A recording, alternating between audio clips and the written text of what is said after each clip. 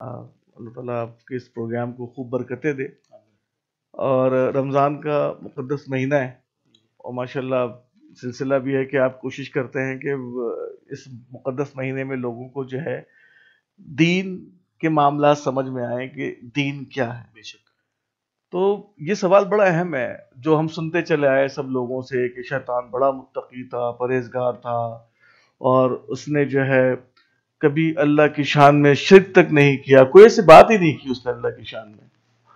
تو واقعی اس کا ایسا جرم کیا تھا کہ وہ اتنا زیادہ یعنی کہ ذلیل ہو گیا کہ اس نے معاذ اللہ اللہ سے مہلت مانگ لی کہ مجھے اتنی مہلت دے کہ میں تیرے بندوں کو بہکاؤں۔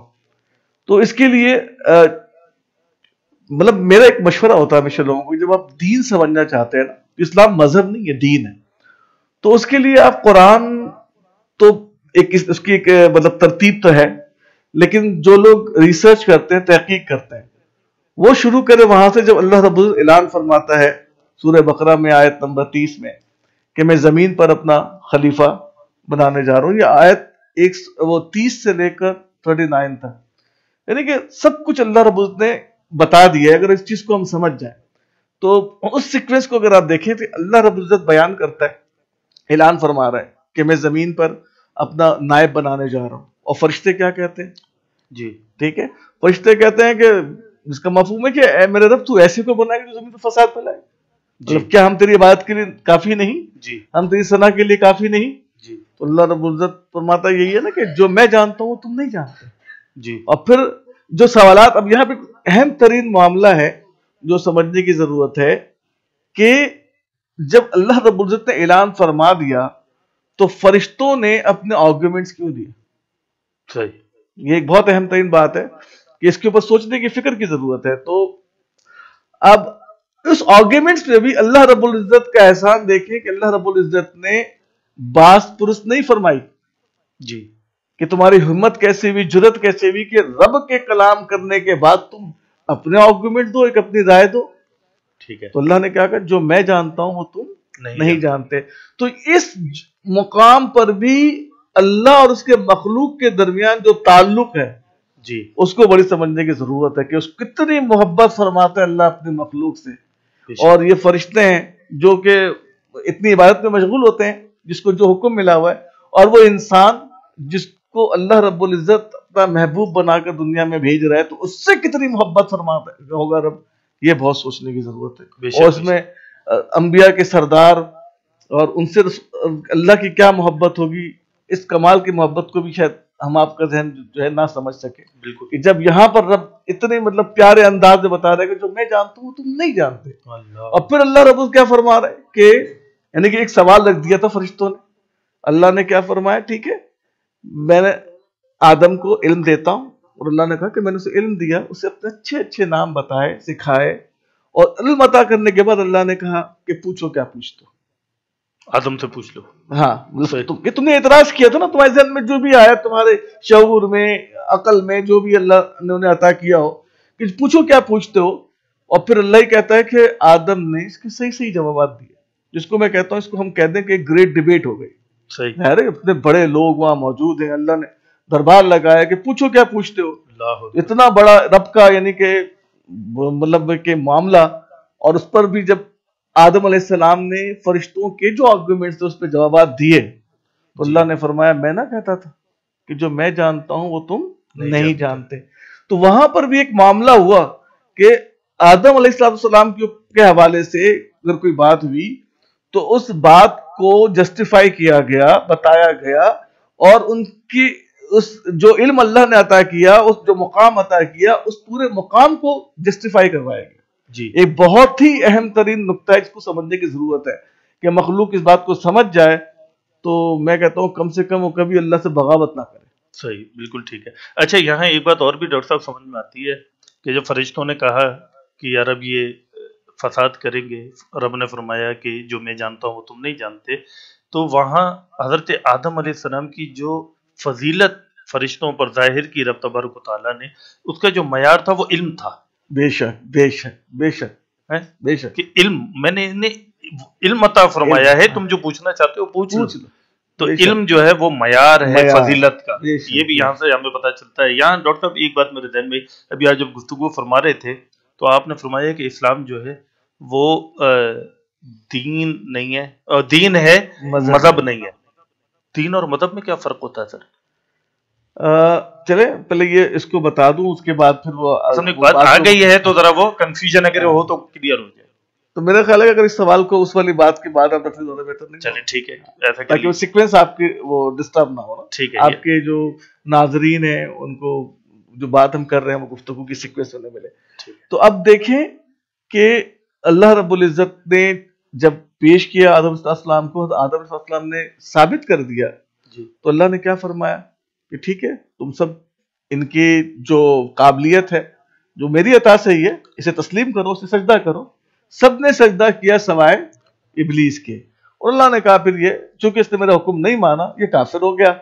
اور پھر اللہ نے کہا کہ ہم نے آدم کو کہا، اس کی وائف ان کی بیگم حوا کو کہا کہ آپ جنت میں رہو، اور پھر اللہ نے وہاں پر بھی آدم علیہ السلام کو تلقین کی کہ تم رہو، کھاؤ پیو، سب کچھ کرو، لیکن فلاں شے کی طرف نہ جانا، وہ کچھ بھی ہو، ٹھیک ہے نا؟ مطلب ایک اللہ نے ایک لمٹ لگا، ایک لمٹ دی کہ اس جگہ آپ نے نہیں جانا ہے۔ اب دیکھیں یہاں پہ سوال ہے کہ اللہ نے وہاں بالکل ایک اسٹریٹ فارورڈ بتا دیا کہ سب نے تسلیم کر لیا آدم کو سوائے ابلیس کے۔ اب یہ آگے کی آیت میں اللہ بتاتا ہے کیا رب کو نہیں معلوم کہ ابلیس نے یہ حرکت کیوں کی تھی؟ اللہ اکبر، اللہ اکبر۔ لیکن اللہ رب العزت بیان فرما رہا ہے کہ اپنی زبان سے کہو، تو وہ آیت کا مفہوم ہے کہ رب پوچھتا ہے کہ بتا تجھے کس چیز نے میرے حکم کو ماننے سے روکا؟ اللہ، تو وہ کیا کہتا ہے؟ وہ کہتا ہے کہ اور تو نے مجھے آگ سے پیدا کیا اور اسے مٹی سے۔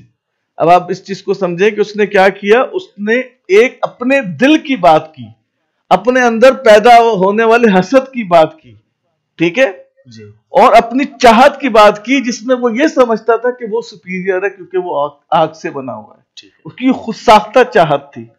لیکن رب نے کیا معیار بنایا؟ جیسے کہ آپ نے کہا کہ رب نے معیار بنایا تھا علم کو، بے شک بے شک، ٹھیک ہے، اور اس علم میں ابلیس ناکام ہوا تھا آدم علیہ السلام کے مقابلے میں، نہیں کر سکا تھا، بالکل ٹھیک ہے، لیکن ہٹ دھرمی پہ تھا کہ اپنے آپ کو آگ سے پیدائش کی صورت میں طاقتور اور بہت ممتاز گردانتا تھا، تو اس نے اپنے دل کی بات کر دی، یعنی کہ اپنے فیصلے سے، اپنے عمل سے خود آگاہ کیا کہ میں نے جو تیرا حکم نہیں مانا، دراصل میرے اندر یہ حسد جلن کے جو معاملات تھے وہ تھے۔ اچھا اب اس کے ایک اور اینگل سوچیں، سورہ بقرہ میں اللہ نے بیان کر دیا، اب یہاں پر جب رب آگے بیان کر رہا ہے تو یہاں پر ایک اور بات سامنے آ رہی ہے کہ جب کسی سے آپ حجت کرتے ہیں در حقیقت ایک بہانہ بھی ڈھونڈتے ہیں کہ کچھ یہ معافی مانگ لے، تسلی کر لے، تو اس لفظ پہ بھی غور کرے کہ بتا تجھے کس چیز نے میرے حکم کو ماننے سے روکا، تو اس میں ایک حجت ہوتی ہے کہ شیطان کو چاہیے تھا اللہ سے معافی مانگ لیتا، لیکن اس نے کیا کیا کہ اللہ کے حکم کے برخلاف اپنی خواہش کا بیان کیا۔ اس بات کو سمجھے، اس کا جرم کیا تھا کہ اس نے اللہ کے حکم کے مقابلے میں اپنی منطق بیان کی، صحیح، اور اس کو اندازہ ہو گیا کہ یہ تو میں نے خود ہی بتا دیا اپنا جرم۔ وہ جو یہ جو لفظ تھے نا یہ کہ تو نے مجھے آگ سے پیدا کیا اور اسے مٹی سے، یعنی کہ اپنے آپ کو خود ساختہ جو ہے وہ اس نے ایک قانون کے تحت بتایا کہ میں سپیریئر ہوں، جب رب کہہ رہا ہے نہیں، سپیریئر وہ ہے جو علم والا ہے، صحیح، ٹھیک ہے، تو اس نے رب کے قانون کے برخلاف ایک اپنا نقطہ بیان کیا، اپنا ایک قانون بیان کیا، ٹھیک ہے۔ اصل میں یہی اس کا جرم تھا کہ اللہ کے دیے ہوئے قانون کے خلاف اپنے قانون کو بیان کرنا، ٹھیک ہے، یہ ممکن ہی نہیں ہے جو اس نے کیا۔ اور اس کو جب یہ احساس ہو گیا کہ یہ تو جرم تو میں نے خود بیان کر دیا، تو اس نے آگے وہ کہتا ہے کہ رب فرماتا ہے کہ اس نے کہا کہ اور تو نے مجھے گمراہ کیا، یعنی اس نے اللہ رب العزت پر الزام عائد کر دیا۔ شروع میں خود کہہ رہا ہے کہ تو نے مجھے آگ سے پیدا کیا، اور آگے کیا کہہ رہا ہے جب پھنس گیا تو نے گمراہ کیا، تم نے، اور اس سے آگے رب نے پھر کیا فرمایا کہ جھوٹے پر خدا اللہ کی لعنت۔ تو سب سے پہلے لعنت جس کو پڑی ہے وہ اس ابلیس کو پڑی، سب سے پہلے لعنت پڑھنے کی وجہ کیا تھی؟ دیکھیں اس سے پہلے رب نے لعنت نہیں بھیجی، کہا تو کافر ہو گیا. ٹھیک ہے. لعنت سے مراد یہ ہے کہ ایک بندہ کفر کرے، وہ توبہ کر کے دوبارہ دار اسلام میں داخل ہو سکتا ہے. جی. جس پر رب لعنت ڈال دے تو وہ ہمیشہ ہمیشہ کے لیے رب کی رحمت سے محروم ہو گیا، راندہ درگاہ ہو گیا. راندہ درگاہ ہو گیا. ٹھیک ہے. تو اس نے کیا کیا؟ اللہ پر الزام عائد کیا. کام اپنے تھے، سوچ اپنی تھی، معاملات سارے اپنے تھے، لیکن الزام کس پہ لگایا؟ اللہ پر. جی. تو اللہ نے اس جھوٹ بولنے پہ، تو اسی لیے سوچے، تصور کرے کہ جھوٹ کتنا بڑا گناہ ہے، جسے ہم بہت معمولی چیز سمجھ رہے ہیں. جی. یہ معمولی نہیں ہے، کتنا بڑا گناہ ہے. اور اس جرم کے نتیجے میں اور پھر اللہ نے اس کے اوپر لعنت فرمائی. اب اس چیز کو سمجھیں آدم علیہ السلام کے واقعے سے. جی. کہ جب شیطان نے کسی طریقے سے کوشش کر کے جو ہے اس حد تک بات پہنچا دی کہ آپ نے اس دانے کو، اس چیز کو کھا لیا جس کو منع فرمایا تھا رب نے. جی. تو سوال وہاں بھی ہوا کہ میں نے منع نہ کیا تھا. جی. تو آدم نے کوئی تعویل نہیں دی، فوراً رب کے حضور گر گئے کہ اللہ معاف کر دے. اللہ اکبر، اللہ اکبر. ٹھیک ہے. تو رب کے حکم کے برخلاف جو جائے گا، اللہ اکبر، اللہ وہ تباہ و برباد ہو جائے گا. جی. اور جو رب کے حکم کے ماتحت رہے اور اس سے کوئی سرزنش ہو جائے، کوئی غلطی ہو جائے، لرزش ہو جائے، تو اور اللہ کے حضور وہ توبہ کے لیے اپنے آپ کو پیش کر دے تو اس کی معافی ہے. تو اب اس چیز کو سمجھیں کہ گناہگار ان غدار. ہم اگر کوئی عمل کرتے جو رب کے حکم کے برخلاف ہے، جی، لیکن ہم اس عمل پر تعویل، اپنے اس گندے عمل پر تعویل پیش نہیں کرتے، کہتے ہیں کہ میرے رب معاف کر دے، ہم توبہ کرتے ہیں، غلطی ہو گئی، ہم سے کوتاہی ہو گئی، تو ہم کیا ہیں؟ گناہگار ہیں. ٹھیک ہے. لیکن اگر ہم نے رب کے حکم کے برخلاف کام کیا اور اس کام کے اوپر اب تعویل پیش کر کے ایک صفائی کر رہے ہیں کہ نہیں، ہم اپنے آپ کو صحیح ثابت کرنے کی کوشش کر رہے ہیں، جی، تو اس کا مطلب ہے کہ ہم اس خالق کے ساتھ غداری کر رہے ہیں جس نے ہمیں پیدا فرمایا. ہم اس عہد کے ساتھ غداری کر رہے ہیں جو ہم کہتے ہیں لا الہ الا اللہ محمد رسول اللہ، یہ عہد ہے، جی، اس کے ساتھ غداری کرتے ہیں. تو یہی شیطان کا جو جرم تھا. کاش کہ ہم سمجھ جائیں کہ اللہ رب العزت کے حکم کے برخلاف مخلوق کوئی حکم نہیں بنا سکتی. ٹھیک ہے، جو رب کو نہیں مانتا وہ جانے، لیکن جو رب کو ماننے کا دعویٰ کرتا ہے وہ کیوں کر یہ سکون میں رہ سکتا ہے کہ ہم اللہ کے قانون کے خلاف قانون بنا کر بخشے جائیں گے. اللہ اکبر، اللہ. اب آپ اگلا سوال یہ نہ کر دیجئے کہ تو بھئی ہمارے ملک میں جو یہ دعویٰ ہے کہ اکثریت ہے، 90% مسلمان ہے، تو یہاں پر اسلام کے برخلاف قوانین کیسے؟ یہ سوال لیکن اس سے پہلے میں آپ کو اس سوال کا جواب دے دوں کہ دیکھیں دین جو ہے نا، دین یہ اللہ رب العزت نے اسلام کو دین قرار دیا. تو سب سے پہلی بات ہے چونکہ اللہ نے دین قرار دیا تو دین کی جو اللہ رب العزت نے تعریف اور تشریح بیان کی کہ دین بنیادی طور پر ایک معاشرتی قوانین کا نام ہے. ٹھیک ہے. تو اللہ رب العزت نے ہمیں پیدا فرمایا، تو اللہ رب العزت سے بہتر ہمارے معاملات کون جان سکتا ہے؟ ٹھیک ہے. تو اللہ رب العزت نے ہمیں اختیار کے ساتھ پیدا فرمایا. جی. جتنا رب نے ہمیں اختیار دیا ہے اتنا ہی رب ان اختیارات کے حوالے سے حشر میں، مالک یوم الدین ہے نا وہ، تو حشر میں ہم سے پوچھے گا. جی. تو جس کو جتنا اختیار دیا ہے. تو اسلام میں آپ قرآن پڑھ لیں، قدم قدم پر آپ کی رہنمائی ہے کہ آپ نے معاشرے میں رہنے کے لیے کس طریقے سے قوانین کا احترام کرنا ہے، قوانین کو فالو کرنا ہے. ٹھیک ہے. جبکہ مذہب کیا ہوتا ہے؟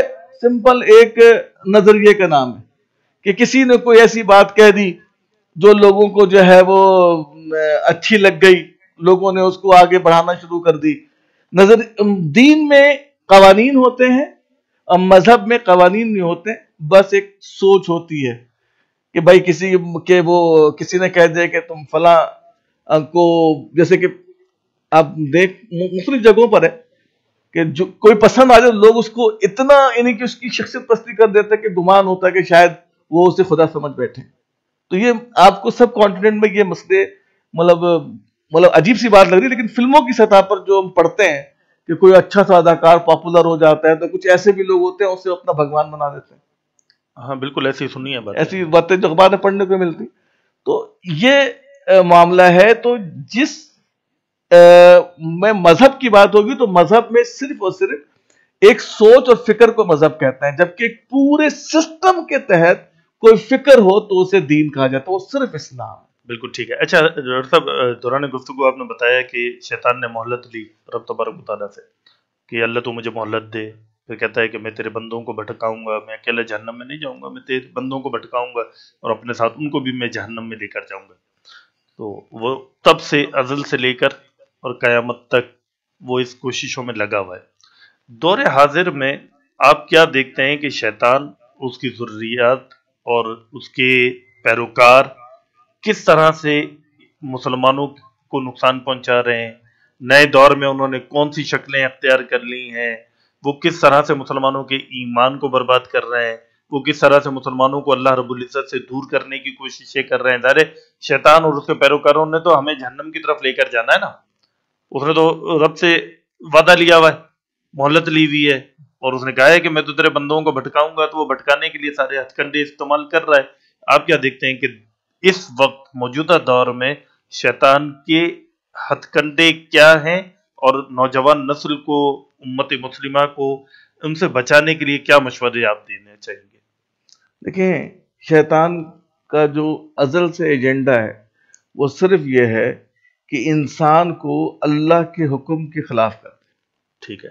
اور اب ایک مثال ہے کہ یہ سوچنے کی بات ہے کہ جو قرآن نے مختلف کلاس بتائی ہے ایمان کے حوالے سے، جیسے کافر کا ذکر کیا، منافق کا ذکر کیا، پھر قرآن نے جو ہے وہ مسلمان میں پھر مومن کا بھی الگ سے ذکر کیا، تو وہ سارے جو یہ کلاسز بتائیں ان کی بنیاد ہے، جو ظاہر ہے کہ تفصیلی کبھی گفتگو ہوگی تو اس پر ہم ڈسکس کریں گے۔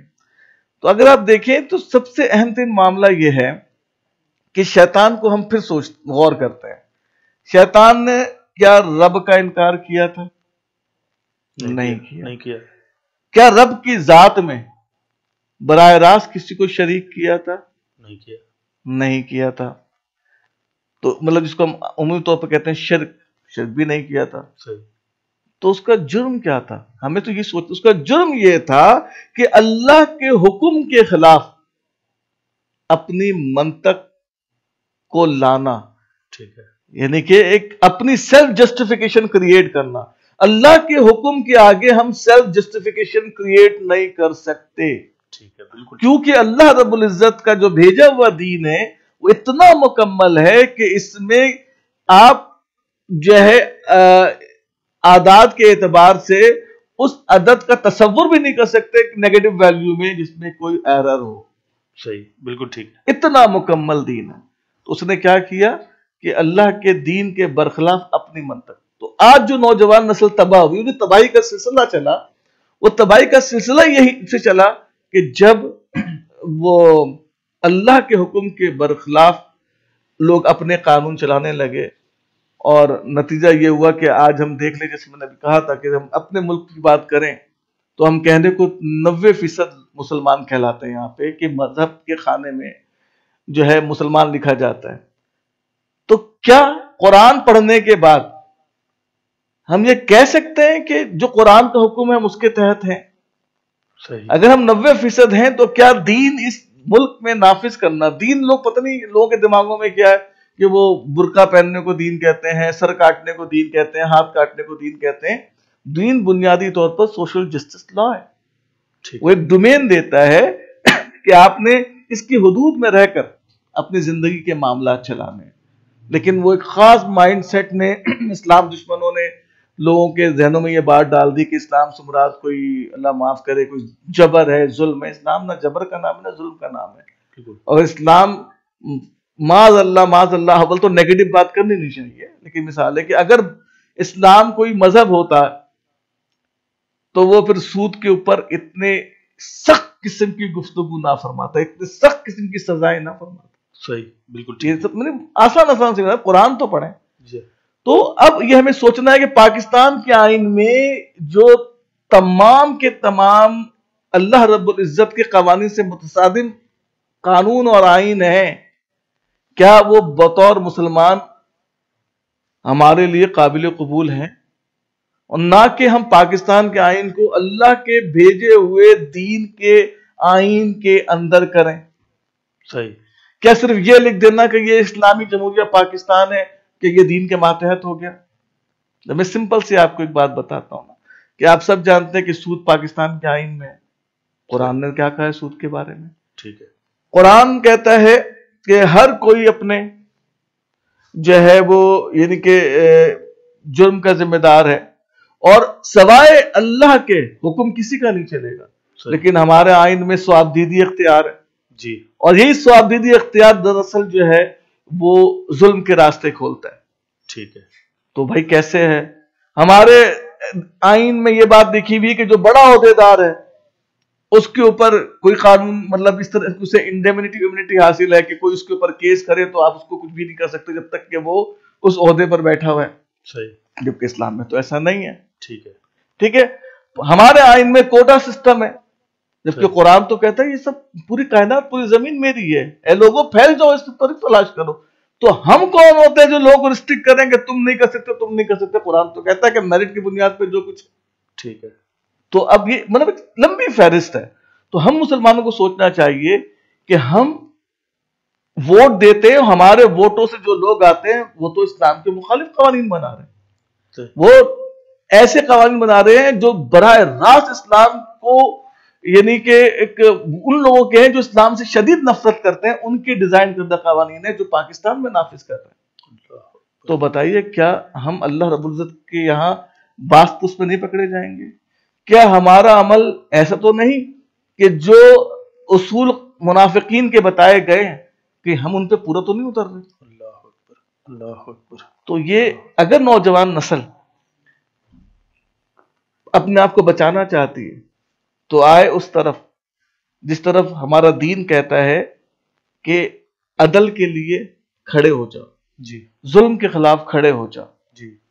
جس دن نوجوان نسل کو یہ بات سمجھ میں آ گئی یعنی کہ حسن سلوک، دیکھیں جب آپ عدل پہ کھڑے ہونے کی بات کرتے ہیں تو بنیادی طور پر حسن سلوک کی ایک دعوت ہوتی ہے. عدل کرنے والا ہی حسن سلوک کا پیکر ہوتا ہے. ٹھیک ہے. اور جو عدل کرتا ہے وہی ظلم کے خلاف کھڑا ہوتا ہے. ٹھیک.